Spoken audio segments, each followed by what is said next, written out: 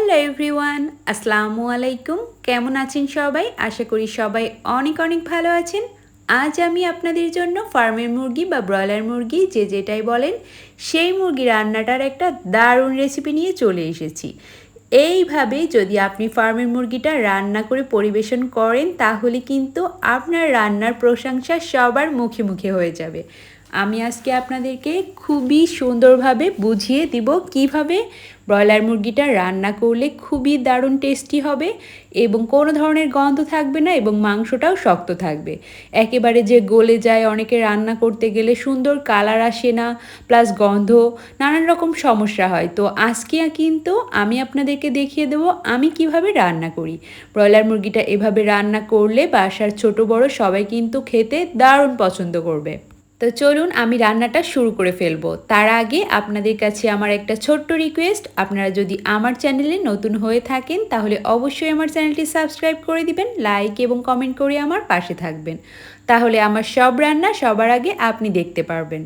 এখানে আমি 2 কেজি ফার্মের মুরগির মাংস খুব ভালোভাবে একটা একটা করে পরিষ্কার করে ধুয়ে নিয়েছি। ধুয়ে একটা চালনি বা ঝুড়ির ভিতর এভাবে ছাকা দিয়ে রেখে দিয়েছি, যেন ব্রয়লার মুরগির যে একটা এক্সট্রা পানি সেটা ঝরে যায়। তো দেখুন আমি কিন্তু মাংসগুলো ছোট ছোট করে কেটে নিয়েছি, রান বাদে সব মাংসগুলো। ফার্মের মুরগিটা যেহেতু একটু মোটা হয় মাংসটা, তাই একটু ছোট ছোট করে কেটে নিলে লবণ মশলা সব কিছু খুব সুন্দর ভিতরে যায় এবং খেতেও কিন্তু দারুণ হয়। তাই আপনারা যখন রান্না করবেন অবশ্যই একটু ছোট ছোট টুকরো করে নেবেন, তাহলে বেশি সুস্বাদু হবে। এখন চলুন বলে দিই কী কী মশলা ব্যবহার করব। এখানে আমি আদা বাটা নিয়েছি 1 চা চামচ, জিরা বাটা 1 চা চামচ, রসুন বাটা 2 চা চামচ নিয়েছি। এখানে আমি দারুচিনি নিয়েছি 6-7 টুকরা, যেহেতু ফার্মের মুরগি একটু বেশি গোটা মশলা দিব। আর নিয়েছি সাদা এলাচ কয়েক টুকরা, 4 টুকরা লং আর কিছু গোলমরিচ। আর নিয়েছি এখানে আমি 5-6টা পেঁয়াজ কুচি করে নিয়েছি। বাটা মশলা কিন্তু আমি খুবই সীমিত পরিমাণ দিব, এভাবে দিলেই কিন্তু মুরগি রান্নার টেস্টটা পারফেক্ট হবে।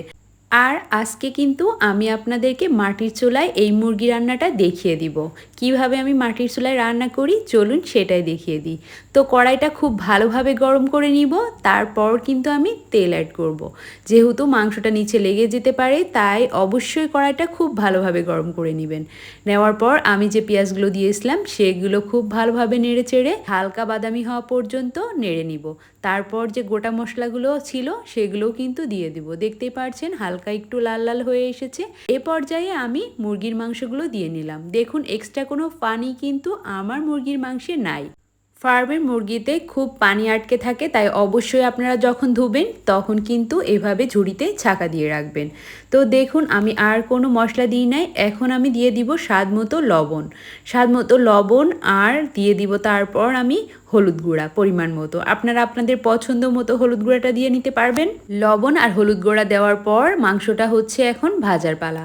খুব সুন্দরভাবে নিচ থেকে নেড়ে চেড়ে ভালোভাবে মাংসটা 15 মিনিটের মতো আমি ভেজে নিব। এভাবে ভেজে নিলে মাংসটা শক্ত হয়ে যাবে এবং কোনো ধরনের এক্সট্রা পানি থাকবে না, আর কোনো ধরনের ফার্মের মুরগির যে গন্ধ সেটা কিন্তু থাকবে না। আমার এই ফার্মের মুরগিটা আমি চামড়া সহ রান্না করেছি, তাই চামড়ায় কিন্তু অনেক বেশি তেল ছিল, সেই তেলগুলো ছেড়ে দিয়েছে দেখতেই পারছেন। আর এই তেলের সাহায্যেই কিন্তু আমি মাংসটা একেবারে ভাজা ভাজা করে নিচ্ছি। আপনারা অবশ্যই এই কাজটা করবেন। যখন মাংসটা অনেকটাই ভাজা হয়ে আসবে, নিচে হালকা লেগে যাবে, তখন কিন্তু আমি বাটা মশলাগুলো অ্যাড করে দিচ্ছি। আর বাটা মশলার পরিমাণ আমি আগেই বলে দিয়েছি, আপনারা ওই পরিমাণই দিয়ে নিতে পারবেন 2 কেজি ফার্মের মুরগির জন্য। এখন মশলাটা দিয়ে মশলাটা আমি খুব ভালোভাবে কষিয়ে নিচ্ছি ভেজে ভেজে। এখন আমি লাল মরিচের গুঁড়া দিয়ে দিলাম 2.5 চা চামচের মতো। যেহেতু ফার্মের মুরগি আর মুরগির মাংসে কিন্তু একটু ঝাল ঝাল হলে দারুণ লাগে, আমার কাছে তো তাই, আপনারা চাইলে কম বেশি দিতে পারেন। তারপর এখানে আমি 1.5 চা চামচ দিয়ে দিলাম ধনিয়ার গুঁড়া। দেখতে পাচ্ছেন আমি কি পরিমাণ মশলা অ্যাড করছি। ফার্মের মুরগির জন্য এইভাবে মশলাটা দিলে একেবারে পারফেক্ট ঘ্রাণ আসে এবং সুন্দর একটা ঘনত্ব চলে আসে। তো দেখুন আমি কিন্তু সব মশলা অ্যাড করে এখন আবার ভাজা শুরু করেছি। এভাবে মাংসটা আমি কিন্তু খুবই কম পানিতে কিভাবে রান্না করব আপনাদেরকে দেখিয়ে দেব, তাই মাংসটাও কিন্তু অনেকটা শক্ত হয়ে যাবে আর খেতেও দারুণ লাগবে, কোনো ধরনের গন্ধ থাকবে না। এ পর্যায়ে আমি ফ্লেভারের জন্য 5-6টা কাঁচামরিচ মাঝখান দিয়ে ফাটিয়ে দিয়ে দিয়েছি। দেখুন মাংসটা কিন্তু আমি খুব সুন্দরভাবে কুক করে নিচ্ছি, কোনো পরিমাণ পানি আমি এখনো পর্যন্ত অ্যাড করি নাই। এখন আমি কিছুটা পানি অ্যাড করে দিলাম এই মশলাগুলো কষানোর জন্য, যেন কোনো ধরনের কাঁচা ফ্লেভার না আসে। এভাবে মশলাটা খুব সুন্দর মতো আমি কষিয়ে নিচ্ছি, দেখতেই পারছেন। সেই পানি পানিতেই কিন্তু মশলাটা দারুণভাবে কষানো হয়ে যাবে, মুরগির মাংসটাও দারুণভাবে কষানো হয়ে যাবে। তো এইভাবে যদি আপনারা ফার্মের মুরগি রান্না করেন একটু সময় নিয়ে এবং ধৈর্য নিয়ে, তাহলে কিন্তু ফার্মের মুরগি রান্নার যে কমপ্লেন সেটা আর কারোরই থাকবে না। দেখতে পাচ্ছেন মুরগির মাংসটা আমি কিছুক্ষণ পর পর নিচে নেড়ে দিচ্ছি, কারণ মশলাটা কিন্তু এ পর্যায়ে নিচে লেগে যেতে পারে, আর লেগে গেলে টেস্টটা একেবারে বাজে হয়ে যাবে। তাই অবশ্যই হালকা হাতে নেড়ে ভালোভাবে আপনারা কি পরিমাণ তেল বের হয়েছে। ভাজার পর যখন নিচে লেগে আসবে তখন আমি এখানে 2 কাপ পরিমাণ পানি অ্যাড করে দিলাম মুরগিটা সুন্দরভাবে কষানো হওয়ার জন্য। খুব ভালোভাবে এই পানি দিয়ে আমি মুরগিটা কষা কষা করে নিব। আপনারা কিন্তু বুঝতে পারছেন আমি খুব বেশি পানি অ্যাড করি নাই। ফার্মের মুরগিতে যদি অতিরিক্ত পানি দিয়ে জাল করা হয় তাহলে কিন্তু খেতে ভালো লাগে না। ফার্মের মুরগিতে সব সময় রান্নার সময় একটা জিনিস আপনার মাথায় রাখতে হবে, পানি কম কিন্তু কুকটা করতে হবে বেশি সময় ধরে তেলের উপর ভেজে, তাহলে ফার্মের মুরগি কোনো ধরনের গন্ধ থাকবে না, খেতেও কিন্তু দারুণ লাগবে। যারা ফার্মের মুরগি খায় না, আপনি যদি এইভাবে কষা কষা করে রান্না করে দেন তাহলে কিন্তু সবাই দারুণ পছন্দ করে খাবে। তো দেখুন আমার কিন্তু মুরগির মাংসের ঝোলটা একেবারে কমে এসেছে, এটা কিন্তু তেল। আমি কিন্তু ফার্মের মুরগিতে খুব বেশি ঝোল রাখবো না, খুবই তেলতেলা করে একটা কষা কষা ভাব করে ফেলেছি। দেখতেই পারছেন রান্নাটা কত সুন্দর একটা লুক এসেছে। আপনারা যদি এভাবে ফার্মের মুরগি রান্না করেন, যে খায় না তার সামনে এভাবে রান্না করে রাখলেও কিন্তু লোভে পড়ে এক পিস খেয়ে আপনার প্রশংসা করবে। আমি বলবো ইনশাল্লাহ আপনি প্রশংসা পাবেন। এই রেসিপিটা সেমভাবে ফলো করে আপনি যদি আমার উপর বিশ্বাস রেখে একবার ফার্মের মুরগিটা রান্না করেন, তাহলে আপনার হাতের ফার্মের মুরগির রান্না বারবার সবাই খেতে চাবে। অনেকে কিন্তু ফার্মের মুরগির ওই গন্ধের কারণে খেতে চান না এবং মাংস বেশি সিদ্ধ হওয়ার কারণেও খেতে চান না। তো এভাবে আমি যেভাবে রান্না করেছি, পানি কম কিন্তু কুক করার টাইমটা একটু বেশি হবে, আর পুরোটা মাংসই কিন্তু একেবারে ভাজা ভাজা করে আপনার রান্না করতে হবে, তাহলে আপনার এই মুরগির ঝোলটা সবাই একেবারে আঙ্গুল চেটে পুটে খাবে।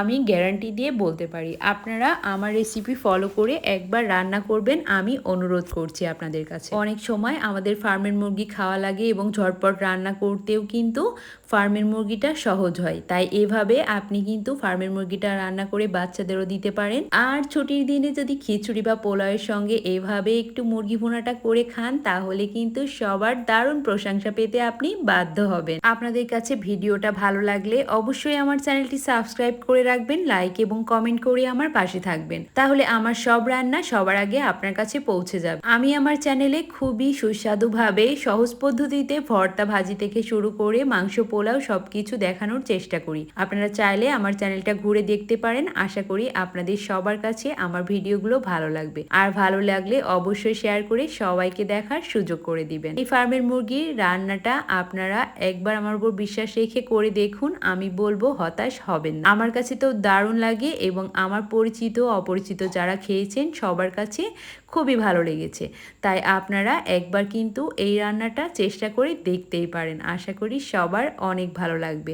আজ এ পর্যন্তই। সবাই অনেক অনেক ভালো থাকবেন এবং সুস্থ থাকবেন। আমার জন্য দোয়া করবেন। আল্লাহ হাফেজ।